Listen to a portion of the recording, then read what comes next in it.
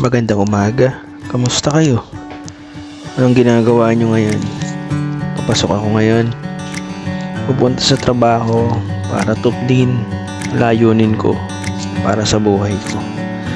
Para maging maayos, para maging kontento. Gawin natin magandang paglalakbay mo. Tara, samahan nyo ako. Papasok sa aking trabaho. Dahil sa buhay, kailangan mo maglakbay para marating mo totoong inaasam sa buhay. Maraming bagay, maraming hadlang na pwede kang pagdaanan.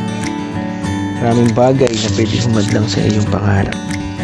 Gaano man kagandang damit na bagong uso, kung di naman ako komportable rito, mananatili ako sa luma na sinamahan ako sa lungkot at saya ng mundo.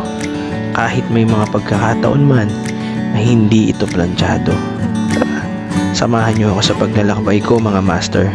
Ingat kayong lahat. So andito na ako dito sa Manila, sa Quezon City.